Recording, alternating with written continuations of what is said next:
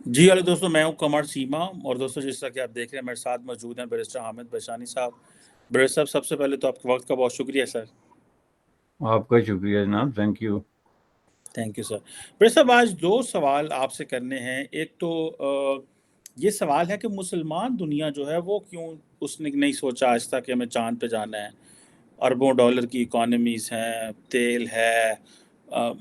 دیکھا جائے تو for example millions of Indians جو ہیں وہ فار ایگزامپل مڈل ایسٹ میں کام کر رہے ہیں روزگار کے لیے، پوری دنیا سے وہاں پہ آئے ہوئے، لیکن انہوں نے کیوں نہیں سوچا؟ اور دوسرا سوال میں آپ سے کرنا چاہتا ہوں کہ یہ جو برکس کی ایکسپینشن ہے اس حوالے سے، کہ اس میں سے آج جو 6 ممالک جنہوں نے جوائن کیا ہے، ان میں تقریباً 4 جو ہیں وہ مسلمان ملک تھے۔ ایک ایتھوپیا کرسچن ڈومینیٹڈ ہے، لیکن 1/3 ان میں مسلمان بھی ہیں، اور چھٹا جو تھا وہ ارجنٹینا تھا۔ تو اس حوالے سے بھی بات کریے۔ تو پہلے میں آپ سے یہ پوچھنا چاہتا ہوں سر کہ یہ جو برکس کی ایکسپینشن ہے، ایک تو آپ اس میں پاکستان موجود نہیں تھا، 40 ملک اکٹھے ہوئے، ان 6 ممالک کو مین اسٹریم کیا گیا۔ برکس صاحب، آپ کو لگتا ہے کہ جو OIC تھی وہ ریلیونٹ نہیں رہی،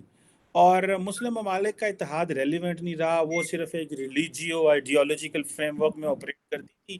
وہ مسلمانوں نے بھی ڈسکارڈ کر دیا ہے، اور دنیا نے بھی ڈسکارڈ کر دی ہے۔ سو سارے مسلمان جو ممالک تھے وہ اور گروپس میں جا رہے ہیں، الائنسز بنا رہے ہیں، اینڈ پاکستان جو ہے وہ یا تو G77 میں ہے، ایک بہت بڑے گروپنگ، ملٹی لیٹرل گروپنگ میں، اور نئے گروپنگ میں پاکستان کو کوئی لے نہیں رہا۔ آپ پاکستان کی ایبسنس اینڈ مسلم دنیا کا ان نئے گروپس میں جانا، اس کو آپ کیسے دیکھتے ہیں سر؟ یہ جناب چیمہ صاحب، آپ نے بہت سارے سوالات جو ہیں ایک ہی سوال میں اٹھا دی ہے، نہ ختم ہونے والی ایک ڈسکشن ہے جس پہ کئی دنوں تک بات کی جا سکتی ہے۔ یہ دیکھیں، پہلی بات جو ہے وہ جہاں تک یہ اسلامک گروپنگ تھی، اس کی جو ریلیونسی آپ کہہ رہے ہیں ختم ہو گئی ہے، یہ انفیکٹ اس کی کبھی ریلیونسی تھی ہی نہیں۔ کسی بھی طریقے سے اگر دیکھا جائے، کوئی اکنامک ڈیولپمنٹ کے کسی حساب سے، یا دنیا میں جو بلاک بنتے ہیں کسی ریجنل بیسس پہ، یا وہ اکنامک بیسس پہ، یا پولیٹیکل بیسس پہ، ان میں سے کسی کی بھی چیز میں جو ہے یہ فال نہیں کرتا تھا۔ یہ ایک ایسی گروپنگ تھی جو کہ 100% ریلیجس بیسس پہ تھی، یعنی جس میں ایک کلیئر ایک آئین اور منشور جس کا ہے کہ امت مسلمان میں یکجہتی اور اتحاد کے لیے اور ان کی تعمیر و ترقی کا بھی بیچ میں ذکر تھا، لیکن بیسیکلی جو فوکس تھا وہ امت مسلمہ کا مطلب یہ ہے کہ دنیا میں اس طرح کی کوئی پریسیڈنٹ پہلے سے موجود نہیں تھی، اور نہ دنیا اس طرح کے کسی کانسیپٹ کو دنیا نے کبھی ایکسیپٹ کیا ہے۔ دنیا میں بلاکس جو بنتے رہے ہیں وہ سسٹم اور اکنامک جو سسٹم ہوتے ہیں اسپیشلی ان کی بیس پہ بنتے رہے۔ جس طرح کے ویسٹرن بلاک تھا ایک زمانے میں، جس کو آپ آزاد دنیا کہتے تھے، فری ورلڈ کا ایک جو بلاک ہے،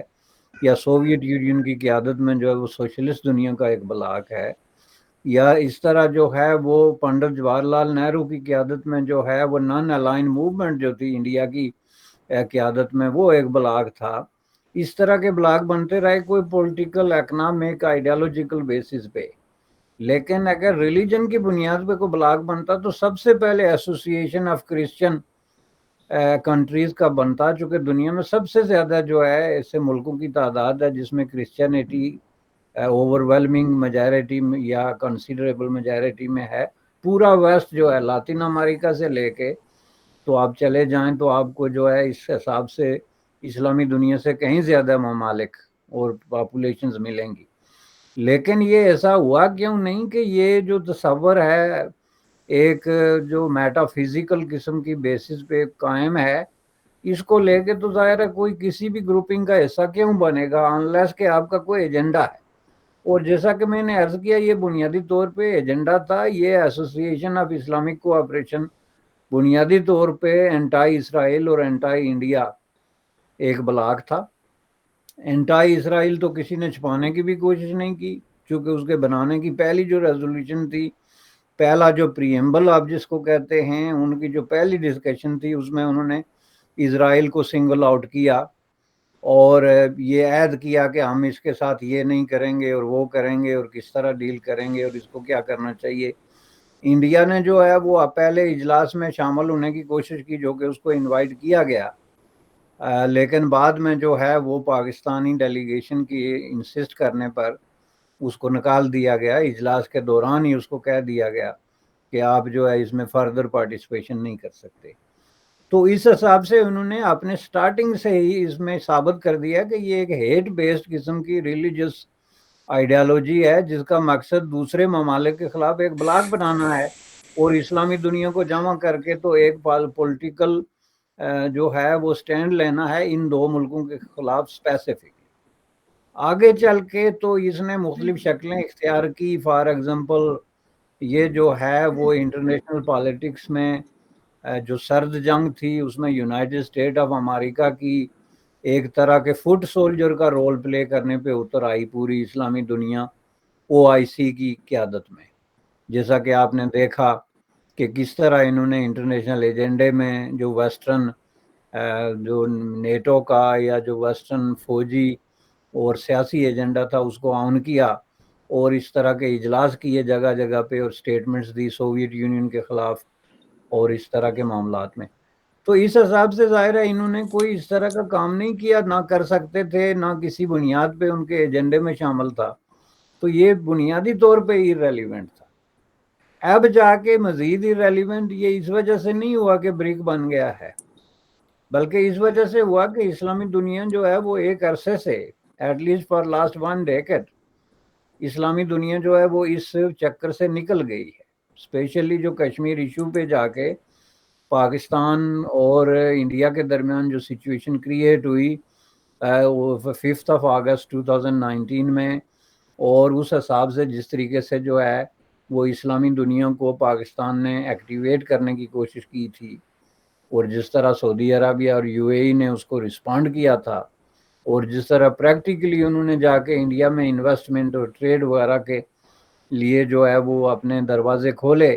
اور اس سے ایک طریقے سے ڈس ریگارڈ کر دیا جی جو بھی پاکستان کا سٹینڈ تھا، حالانکہ ٹریڈیشنلی یہ بالکل اس کے برعکس ہوتا رہا ہے، آنکھیں بند کر کے تو سعودی عربیہ UAE اور یہ دوسرے ملک جو تھے یہ پاکستان کی ریزولوشنز پہ یا ان کی رائے پہ جو ہے وہ کرتے رہے وہاں، اور ظاہر ہے اسرائیل کے خلاف، جو کہ ایک بنیادی، جیسا کہ میں نے کہا کہ یہ ایجنڈے کا ایک بڑا حصہ تھا، اس میں آپ دیکھیں کہ جو اسرائیل اور عرب دنیا اسپیشلی عرب سٹیٹس، اسلامک نہیں بلکہ عرب سٹیٹس کے درمیان جو راستے کھلے ہیں، تعلقات بہتر ہوئے ہیں، اور جس طریقے سے انہوں نے اس طرح کا ایک عزم کا اظہار کیا ہے کہ وہ ایک نئے سرے سے نئے طریقے سے جو ہے وہ اپنے تعلقات کو استوار کرنا چاہتے ہیں، تو اس کی ریزن ختم ہو جاتی ہے۔ یہ کچھ عرصے بعد یہ آرگنائزیشن بھی ختم ہو جائے گی، یا زیادہ سے زیادہ ایک سمبولک قسم کی شکل میں رہے گی، کہیں اس کا اگر آفس ہے سعودی عربیہ میں یا چھوٹا موٹا بجٹ ہے، کوئی سیریمونیل قسم کی کوئی چیزیں ہوتی ہیں یا قراردادیں پاس ہوتی ہیں، لیکن ایک ریئل رول جو ہوتا ہے نا جی پلے کرنے کا، وہ اس کا باقی نہیں رہا ہے۔ تو اب رہا سوال اس میں بریک کا، تو بریک کے حوالے سے یہ تو سب سے خوفناک بات جو اصل ڈسکس کرنے والی ہے وہ یہ ہے کہ پاکستان جو ہے جو اپنے آئسولیشن کے سفر پہ چل رہا تھا اور پورے فخر کے ساتھ چل رہا تھا، یعنی ایک تو ہوتا ہے نا کہ آپ آئسولیشن کے سفر پہ ہیں یا کسی مصیبت سے گزر رہے ہیں تو آپ اس پہ افسوس کا اظہار کریں گے یار ہمارے ساتھ یہ ہو گیا اور یہ بڑا غلط ہوا اور ہم اس کو درست کرنے کے طریقے ڈھونڈ رہے ہیں، لیکن آپ اس کو باعث فخر بنا لیں اور اپنے کروڑوں لوگوں کو آپ یہ کہیں کہ جی ہم نے تو بہت بڑا کوئی اچیومنٹ کر لی ہے کہ ہماری خارجہ پالیسی تو دنیا کی بیسٹ پالیسی ہے اور اس میں کسی طرح کے کسی کنسیڈریشن کی کسی غور و فکر کی ضرورت ہی نہیں ہے، یہ ہے پاکستان کا سٹینڈ۔ تو اس کے نتیجے میں جو آئسولیشن کا سفر تھا وہ اس میں جا کے کمپلیٹ اس طرح ہو گیا کہ آپ دیکھیں یہ خود انڈین جو انٹلیکچوئل حلقوں میں ڈسکس ہوا کہ بھائی یہ کیسے ہو گیا کہ بریک ہے، بریک میں سب سے زیادہ وزندار کنٹری جو ہے وہ چائنا ہے، پاکستان اور چائنا دونوں کا کلیم ہے کہ ہم ایک دوسرے کے جو ہے وہ چم، وہ جس کو کیا کہتے ہیں جی بیسٹ جو ہے فرینڈز ہیں، تو یہ کیسے ہو گیا کہ نہ تو پاکستان کو وہاں پہ ان 40 ملکوں میں انوائٹ کیا گیا جو برک میں شامل ہوئے اجلاس میں شرکت کی، اور نہ ہی پاکستان کو شامل کرنے کی کوئی بات کسی طریقے سے ہوئی۔ اب آپ مجھے خود ایکسپلین کر کے بتائیں کہ اس کے پیچھے چائنا کی کیا مجبوری تھی، کہ چائنا نے یہ کیسے یہ کیا، یا پاکستان نے کیا؟ آپ یہ بات مان سکتے ہیں کہ اس سلسلے میں کچھ نہیں کیا، چائنا سے نہیں کہا کہ ہمیں شامل کریں، یا یہ ہے کہ اس معاملے میں بھی پاکستان یہ سمجھتا ہے کہ یہ بڑی قابل فخر بات ہے کہ ہم ایک اور فورم سے کامیابی سے باہر رہ گئے، یعنی باہر رہنے میں کامیاب رہے؟ جس طرح ہم نے گلوبل ساؤتھ کا فورم ہے اس سے باہر نکلے تھے، وہ ایس سی کا جو فورم ہے جو اس سے باہر رہے تھے، جس طرح یونائٹڈ اسٹیٹ آف امریکہ میں وہ ڈیموکریسی کے حوالے سے فورم ہوا تھا اس سے ہم باہر رہے تھے، جس طرح انوائرمنٹل ایشوز پہ انٹرنیشنل فورم ہوئے اس سے ہم باہر رہے تھے، اسی طرح we successfully keep our self out of this forum, چونکہ ہم غیر جانبدار لوگ ہیں تو ہم اس طرح کی یہ برک طرح کی کوئی چھوٹی موٹی جو ہے وہ گروپنگز میں شامل ہو کے تو اپنا امیج تھوڑا ہی خراب کرنا چاہتے ہیں۔ اب یہ ایک ایسا پرابلم ہے میں سمجھتا ہوں، اور اس پہ کوئی ڈسکشن نہیں ہوئی پاکستان میں، کم از کم میڈیا میں، کہ بھائی یہ ہو کیسے گیا۔ لیکن میں سمجھتا ہوں کہ یہ بہت بڑی پاکستان کا فیلئر اور ایک نیا ٹرن ہے جس میں یہ ثابت ہوتا ہے کہ یہ جو چین پہ پاکستان نے ساری ہوپس جو ہیں وہ پن کر رکھی تھی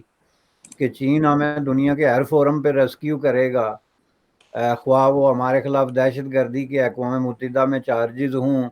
ہمارے لوگوں کو جو ہے وہ دہشت گرد قرار دیے جانے کی کوئی قرارداد آ رہی ہو،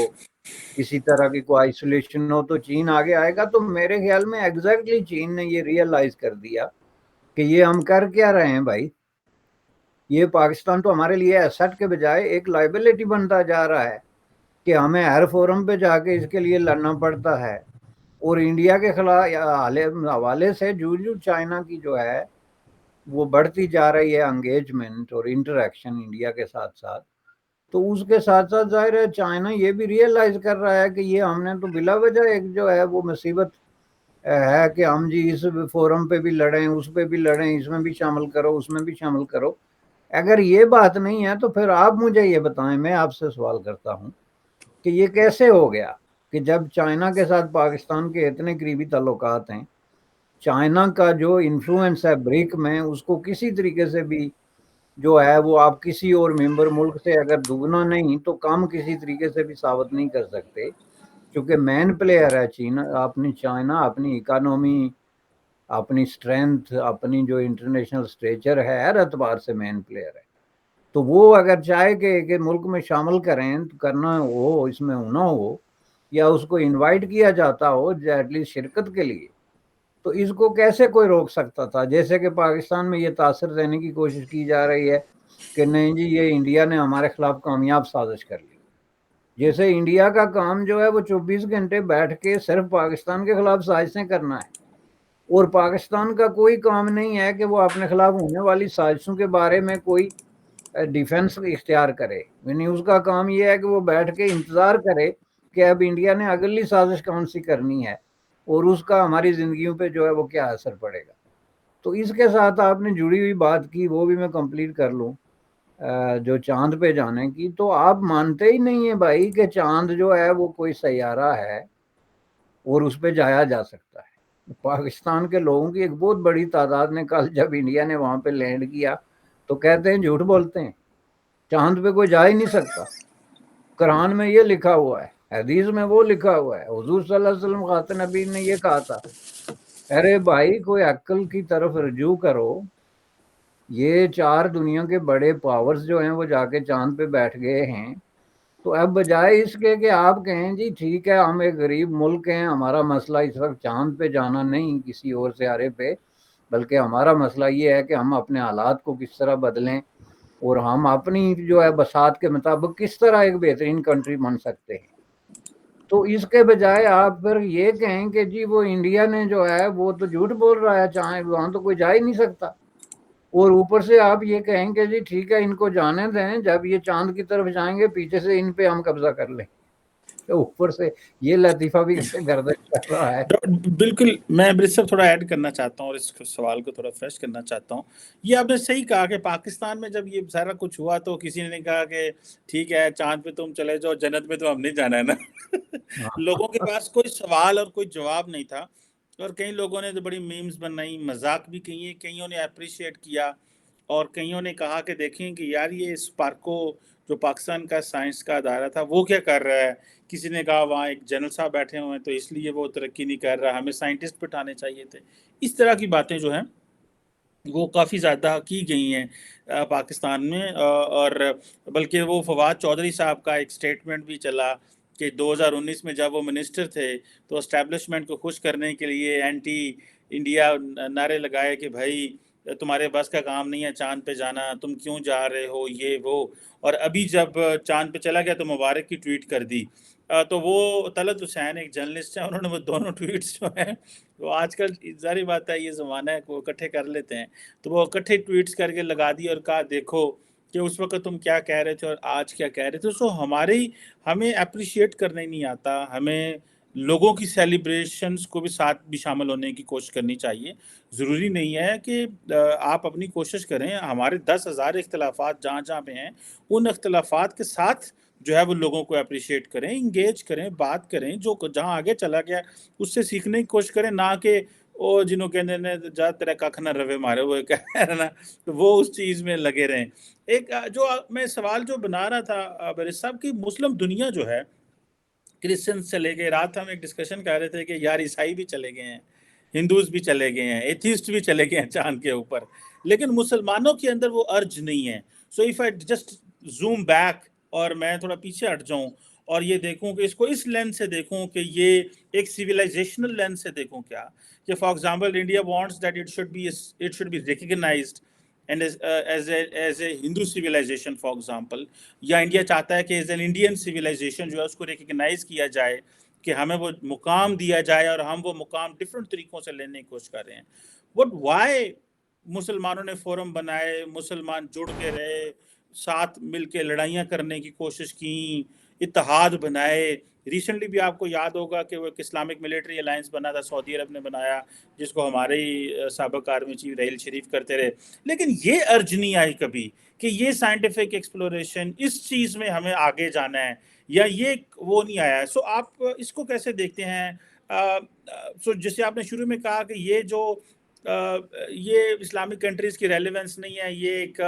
تنگ نظر قسم کی نظریاتی آرگنائزیشن بنی تھی, اس کا کوئی آپ نے وہ بیان کیا ہے. سو مسلمانوں کے اندر یہ چیز نہیں آئی, عیسائی چلے گئے, ایتھیسٹ چلے گئے, ہندو چلے گئے. فار ایگزامپل اگر ہم اس لینس سے بھی اس کو دیکھیں, so what do you make of that سر؟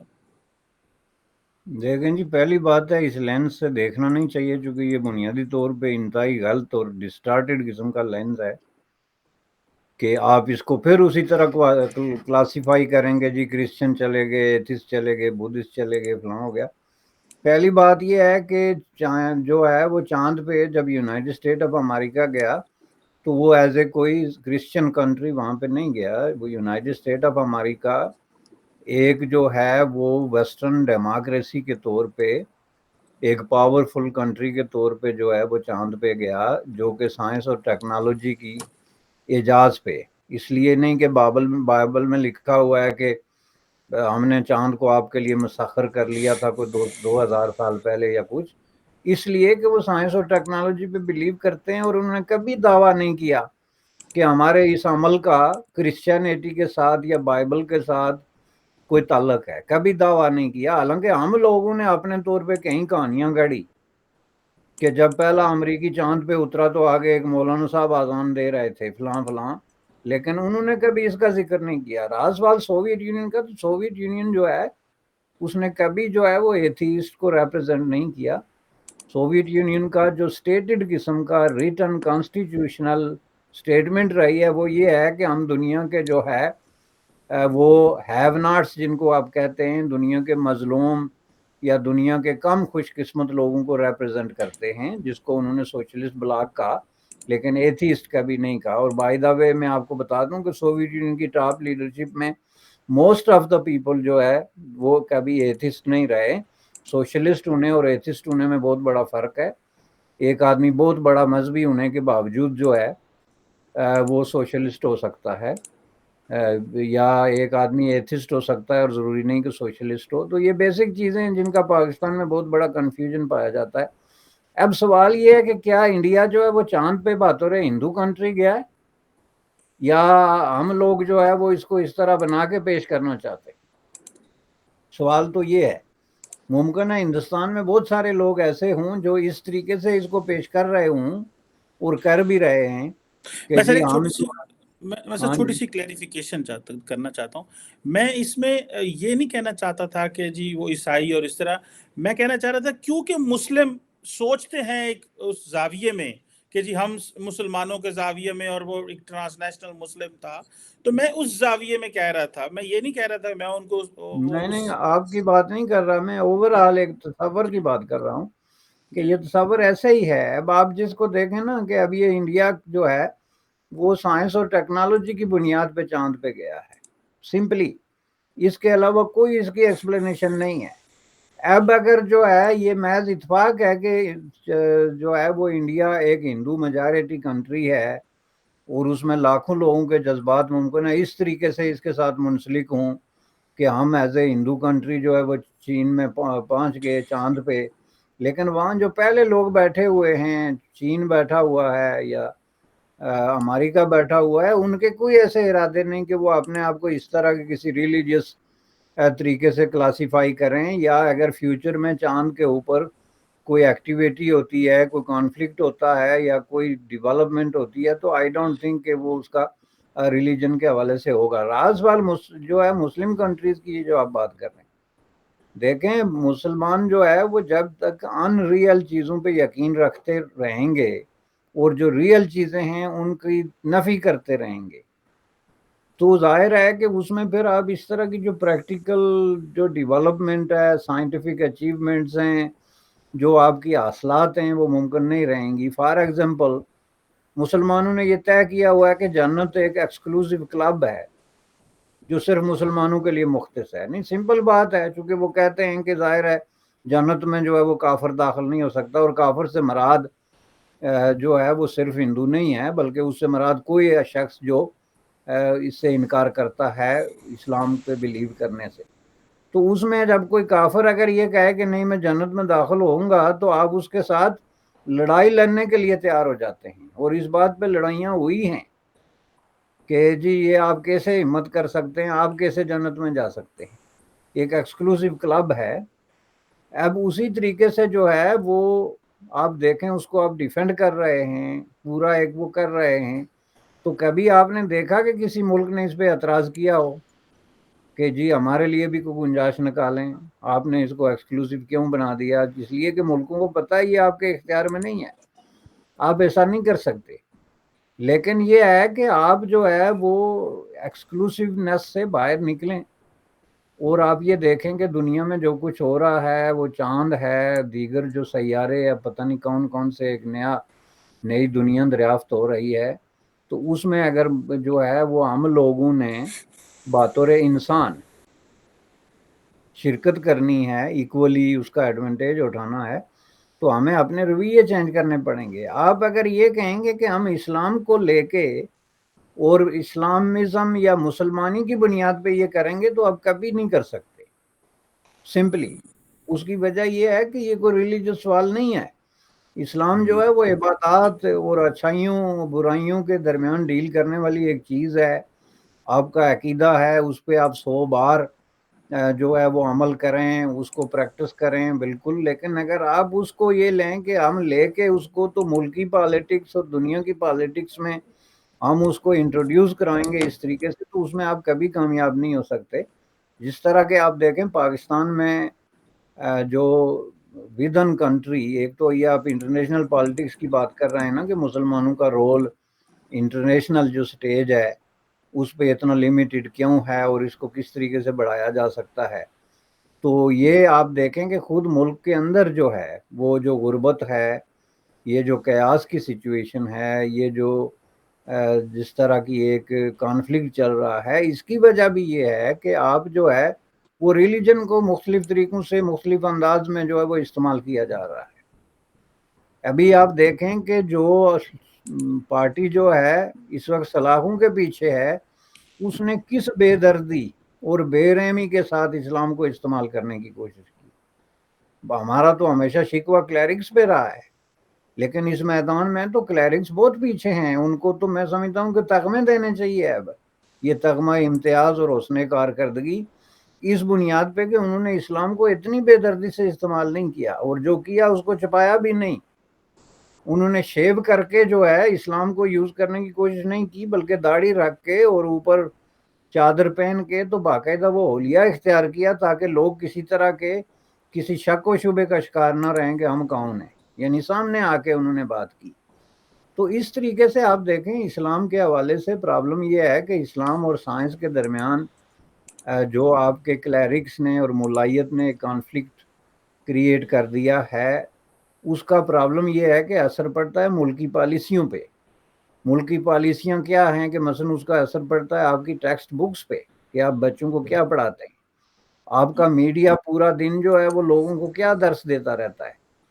آپ مجھے جو ہے وہ میڈیا کی کوئی ایک چیز اٹھا کے کوئی گفتگو دکھا دیں کہ اس کے اندر ریلیجن کتنا ہے اور کتنا نہیں ہے، آپ کو حیرت ہوگی کہ بغیر ریلیجن کے کوئی دنیا کی بات آپ کرتے ہی نہیں ہیں۔ یعنی سائنس، ٹیکنالوجی، چاند پہ جانا، کسی چیز میں جب تک آپ اس میں جو ہے وہ کم از کم 60% ریلیجن نہیں ڈالیں گے، اس وقت تک آپ بات ہی نہیں کرتے۔ تو اس سے کیا ہوتا ہے کہ آپ جو اپنے بچوں کو شروع دن سے ہی مس گائیڈ کر کے کنفیوژن کا شکار کر دیتے ہیں۔ یہ ریلیجن اور سائنس دو الگ الگ راستے ہیں، یہ راستے کہیں بھی آپس میں نہیں ملتے، لیکن آپ ہر سیکنڈ میں یہ راستہ ملانے کی کوشش کرتے ہیں، جس کی وجہ سے آپ کے بچے جو ہیں وہ کنفیوز ہو جاتے ہیں، ان کا مائنڈ ہی نہیں بنتا سائنٹیفک، وہ سائنس پہ بلیو ہی نہیں کر سکتے۔ اوپر سے آپ کے پروفیسر ان کو وہی چیزیں پڑھاتے ہیں، اوپر سے آپ کا میڈیا، آپ کی کتب، آپ کے سوشل لائف جو ہے جس میں آپ کی مساجد ہیں، آپ کی سوشل گیدرنگ ہیں، اب تو جو ہے وہ شادی بیاہ میں بھی آپ دیکھیں کہ کس قدر ریلیجن کو انہوں نے جو ہے وہ کس طریقے سے گھسیٹ لیا ہے، جو آج سے 10 سال یا 20 سال پہلے نہیں تھا۔ تو یہ ساری چیزیں جو ہے نا وہ جب آپ کرتے ہیں اور ریلیجن کو اس طرح استعمال کرتے ہیں، اور ظاہر ہے اس کے پیچھے کچھ لوگوں کے مفادات یا ان کا مائنڈ سیٹ ہے۔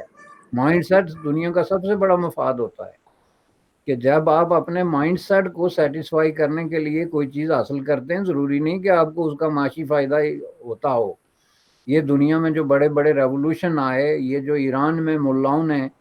1979 میں انقلاب برپا کیا تھا، یہ صرف پیسے کے لیے تو نہیں تھا نا، اس میں بے شمار لیڈر ایسے تھے جن کا پیسے سے کوئی لینا دینا یا میٹیریل چیزوں سے تعلق نہیں تھا، یہ ان کا مائنڈ سیٹ تھا جس نے ایرانین سوسائٹی کو 100 سال پیچھے گھسیٹ کے تو تباہی اور بربادی کا شکار کر دیا۔ تو یہ ساری سوسائٹیز کے ساتھ ہوا۔ سعودی عربیہ آج جو جاگ رہا ہے اور وہ اسلامک کوآپریشن سے زیادہ برکس میں انٹرسٹڈ ہے، اس کی وجہ کیا ہے کہ سعودی عربیہ میں بھی اس طرح کی ایک تحریک نکلی تھی جس نے پوری سعودی سوسائٹی کو ترقی اور روشن خیالی کے راستے سے ہٹا کے تو تشدد اور بنیاد پرستی کے راستے پہ ڈال دیا تھا۔ مصر کے ساتھ کیا ہوا؟ دنیا کی سب سے پرانی تہذیب ہے، اس کے اندر وہی جب فنڈامنٹلزم اور یہ جو ری ایکشنری سوچ ہے اور رجت پسندی ہے اس نے گرپ کر لی سوسائٹی کو، تو مصر جو ہے وہ ایک کشکول بن گیا دنیا میں، حالانکہ دنیا کا کامیاب ترین تہذیبوں میں سے ایک تہذیب تھی جس نے بہت ساری ایسی چیزوں کو بنیاد ڈالی جس کا دنیا کو کوئی تصور تک نہیں تھا۔ تو آپ مجھے ایک اسلامی ملک بتا دیں کہ جو اس لیے فیل نہ ہوا ہو کہ اس پہ ایک خاص قسم کے ریلیجس پولیٹیکل آئیڈیالوجی نے قبضہ نہ کیا اور وہ اس کی وجہ سے فیل نہ ہوا ہو۔ ورنہ یہ سارے ملک بالکل جو ہے وہ اگر ان چیزوں میں نہ پڑتے، وہ ترقی کے راستے پہ چل رہے ہوتے اپنے اس طریقے سے، تو وہ آج باقی دنیا کے ساتھ مقابلہ کر رہے ہوتے، جس میں چاند میں جانا بھی جو ہے، چاند پہ جانا بھی شامل ہے۔ تیسری چیز یہ ہے کہ آپ مجھے یہ بتائیں کہ دنیا میں بے شمار ایسے ملک ہیں جن کے پاس یہ وسائل ہیں کہ وہ چاند پہ جا سکتے ہیں، کہیں یورپین کنٹریز ہیں، انہوں نے کبھی اس خواہش کا اظہار نہیں کیا کہ جی ہمیں بھی چاند پہ جانا چاہیے، یہ کوئی بہت بڑی بات ہے۔ اس کے بجائے انہوں نے اپنے ارد گرد چیزوں کو دیکھتے ہیں، ارد گرد کے مسائل کو دیکھتے ہیں، ان کا ذکر کیا، اب یہ چیزیں صرف پاکستان کے ساتھ کیوں مخصوص ہیں کہ اگر جی کوئی ایٹم بم بنائے گا تو ہم بھی بنائیں گے, کوئی چاند پہ جائے گا تو ہم بھی چاند پہ جائیں گے. میں آپ کو بتا دوں کہ از نیکسٹ کمنگ تھنگ. اب اس پہ جو ہے حساب کتاب ہو رہا ہے جی کہ انڈیا نے صرف $75 ملین خرچ کر کے تو چاند پہ اپنا نام لکھوا دیا, تو ہم کیوں نہیں خرچ کر سکتے 75 ملین؟ یہ کون سی بڑی بات ہے؟ ہم تو بلین ادھر سے ادھر کرتے ہیں ایک دن میں, تو اس میں 75 ملین کون سی بڑی بات ہے, یا وٹ ایور. تو اس لیے آپ نیکسٹ یہ دیکھیں گے کہ ممکن ہے آپ چاند پہ بھی چلے جائیں لیکن اس سے کوئی فرق نہیں پڑے گا. یہ میں آپ کو بتا دوں, چاند کے جہاں پہ جانے سے اگر کوئی فرق پڑتا تو سوویت یونین آج جو ہے وہ دنیا کی امپائر ہوتی, لیکن وہ اس کے بجائے ڈس اپیئر ہو گیا. یہ اس کے لیے دیگر لوازمات اور ضروریات ہوتی ہیں جس کی طرف دیکھنے کی ضرورت ہے. بالکل صحیح کہا آپ نے میرے صاحب کے, انہوں نے کہا $100 ملین نہ جو کام باندھا تھے کڑا کام ایسی لاد ادھر ادھر سے مانگ لیتے ہیں. لیکن وہ بات آپ نے جو مثال دی ہے سوویت یونین کی, وہ بالکل صحیح. آپ نے بڑے صاحب صحیح بات کی کہ جو مذہب ہے, کیونکہ ہم نے وہ ٹیریٹوریل نیشنلزم میں سوچنا شروع ہی نہیں کیا, اور بہت ساری تحریکیں, بہت ساری سیاسی جماعتیں, بہت سارے انٹرسٹ گروپس, پریشر گروپس, مذہبی گروپس جو ہیں ان چیزوں میں ہمیں لے کے جاتے رہے ہیں. تو ابھی وہ تھوڑا ٹائم لگے گا میرے خیال ہے ایک جنریشن کو اس چیز سے باہر آتے ہوئے, اور پھر شاید ہم جب اپنی نیشن پہ زیادہ فوکس کریں گے تو پھر ہم شاید زیادہ وہ ایک چیز ابھرتی ہے. میرا خیال ہے باقی ملکوں میں یہ پروسیس شروع ہو چکا ہوا ہے. عرب ورلڈ جو ہے وہ عرب لینس سے دیکھ رہی ہے, پھر وہ اپنے پرسنل جو ہے وہ لینس سے دیکھ رہے ہیں. ہم آج بھی ایک کنفیوز اس میں ہیں. اینی ہاؤ میرا خیال ہے تبدیلی آئے گی, اور کیونکہ ڈیسیجن میکرز اب تھوڑے سے سمجھ رہے ہیں کہ بہت لیٹ ہو گئے ہیں, مجھے تو ایسے ہی لگتا ہے. Anyhow, thank you very much barrister Hamid Bishani صاحب, sir. It was a pleasure talking to you, sir. Thank you جناب, آپ کا شکریہ.